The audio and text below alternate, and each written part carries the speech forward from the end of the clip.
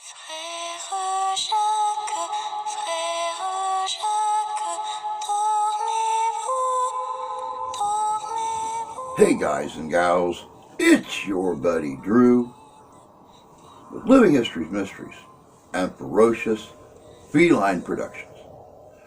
You know, one of my earliest memories of my childhood was sitting there with my mom and my grandma, with my little sister who's 4 years younger than I am, and reading the Mother Goose tales, the nursery rhymes. And I remember when my sister was 2, 3 years old, I used to play Ring Around the Rosie with her and make her laugh. All those shared times, you know, that will never come again until you become a parent or a grandparent. Now I get to do all those things with our granddaughter. But I always wondered what the story was behind a lot of those nursery rhymes. Who came up with them? Where'd they come from? What are they based on? So I thought I'd do a little research and look into it.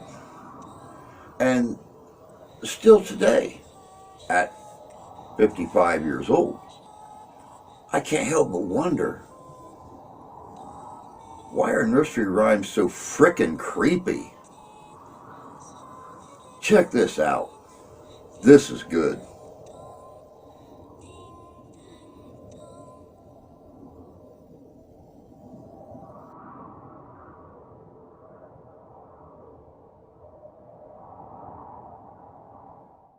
In 1931, the legendary silent film director Fritz Lang made his first movie with sound, a dark thriller called M. The first thing that we hear in that film is children playing a game to a nursery rhyme. It might be the earliest example of a horror film drawing on a nursery rhyme, but it was far from the last. In The Birds, Alfred Hitchcock juxtaposes children singing a Scottish folk song with the ominous gathering of birds. In Evil Dead, a possessed woman sings a creepy song to the tune of Ring Around the Rosie. And then, of course, there's Wes Craven's Nightmare on Elm Street, which writes a nursery rhyme about Freddy Krueger. Today, the creepy nursery rhyme trope is completely encoded within our culture. Honestly, it would be trite if it wasn't so effective. But that brings up a question. If nursery rhymes are meant to be sung to and by children, then why the hell are they so friggin' creepy? Let's take a closer look. Around the turn of the century, the folklorist Alice Bertha Gumm put forth a dark theory about the origins of the children's rhyme London Bridge. According to Gumm's theory, the seemingly innocent children's song is actually about the ritual sacrifice of children under the bridge. This theory is based around a piece of folklore that said bridges would be collapsed unless the body of a human sacrifice was buried in the foundations to watch over them. It's a chilling myth that recontextualizes a seemingly innocuous rhyme. There's a similar myth about Ring Around the Rosie, which claims it's actually about the Black Death. And it's said that Mary Mary Quite Contrary is loaded with hidden references to Mary the First, the queen known as Bloody Mary. According to this theory, the silver bells and cockle shells of the song are euphemisms for torture devices, thumbscrews, and pears of anguish. The maidens all in a row are supposedly references to Iron Maidens. Could these dark origins account for our current obsession with creepy nursery rhymes? Well, not exactly. You see, there's no actual evidence of Iron Maidens being a real torture device at all, and Bloody Mary died before thumbscrews were brought to England. As it turns out, the Ring Around the Rosie myth rings hollow too. That song has lots of variations that have nothing to do with disease, and the oldest known version of it appeared in a book of nursery rhymes from 1881, hundreds of years after the Black Plague. The myth of human sacrifice around around London Bridge is equally spurious. Most modern historians don't really believe there's much credence to Lady Gum's theorizing. But while these dark histories might be exaggerated, they're likely born out of a kernel of truth. Plenty of nursery rhymes undoubtedly do have meanings that have been lost to us today, and that's because of the way nursery rhymes operate as traditions of folklore. Nursery rhymes are born out of the oral tradition. They're not really written like we imagine songs being written now. Rather, they evolve organically, with new words being created to existing tunes. This is how you get Twinkle Twinkle Little Star and Ba Ba Black Sheep, two different songs, both using the same melody from the French tune A vous dirai-je maman. The music of these tunes stays relatively fixed, but the words change to reflect the cultural values of those singing.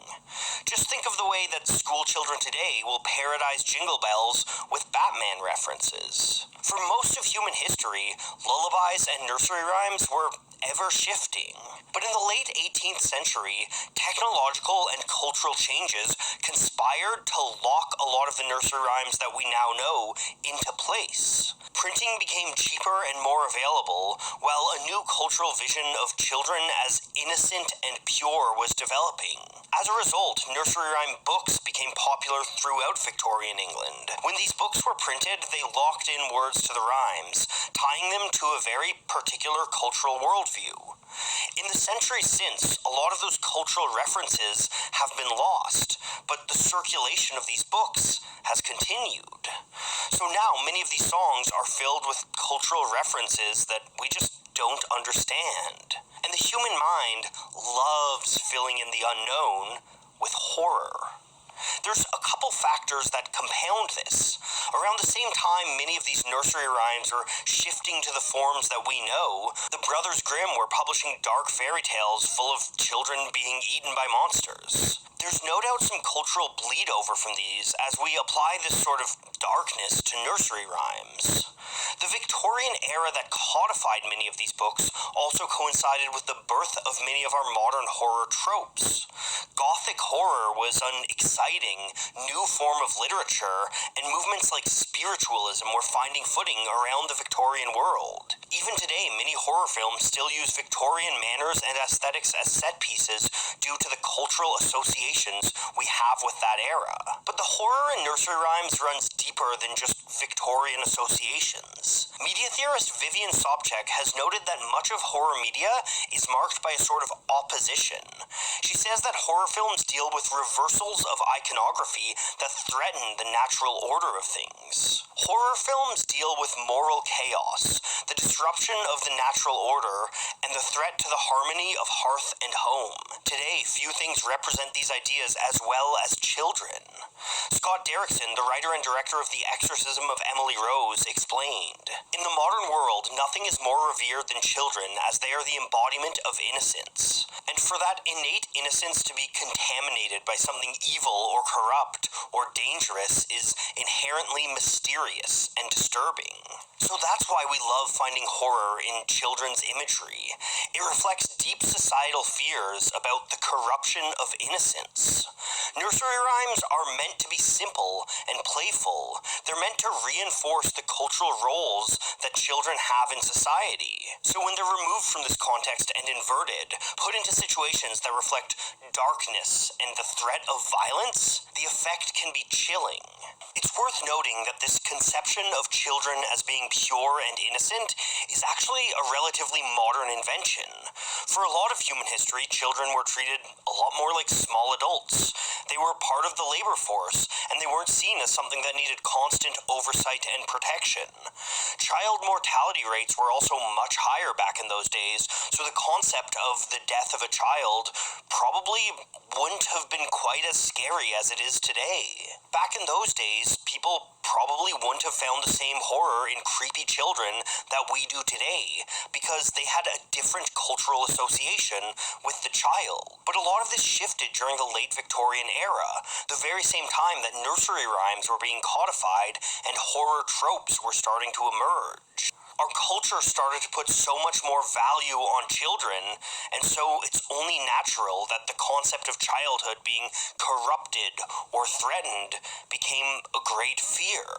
A few generations on, and that manifests as movies about creepy possessed dolls, or those weird twins from The Shining, or in nursery rhymes.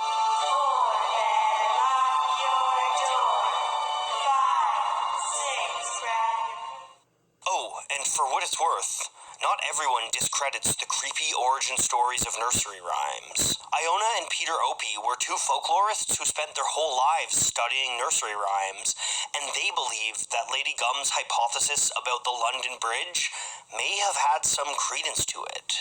And in 2007, when building work was being done for a tourist attraction, workers uncovered bodies buried beneath London Bridge. So maybe, just maybe, there is a tinge of horror built into some of these nursery rhymes after all.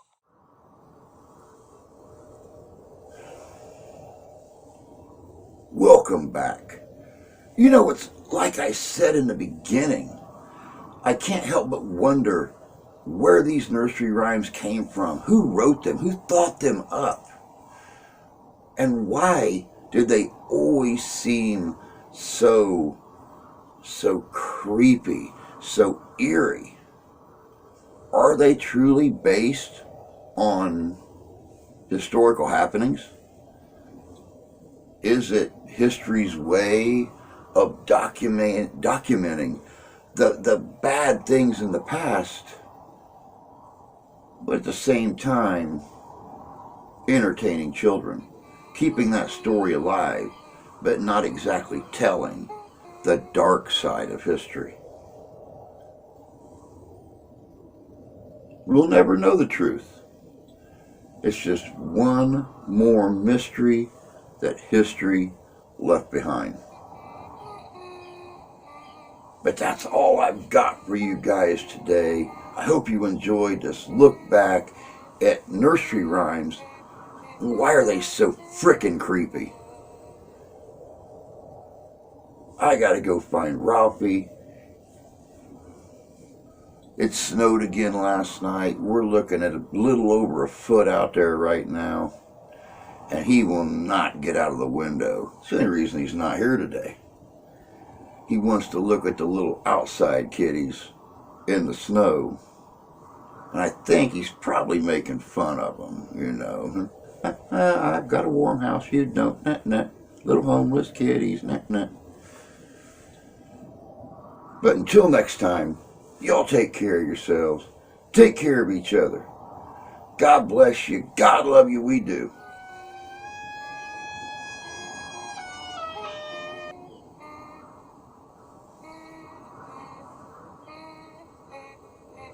And we'll see you down the road.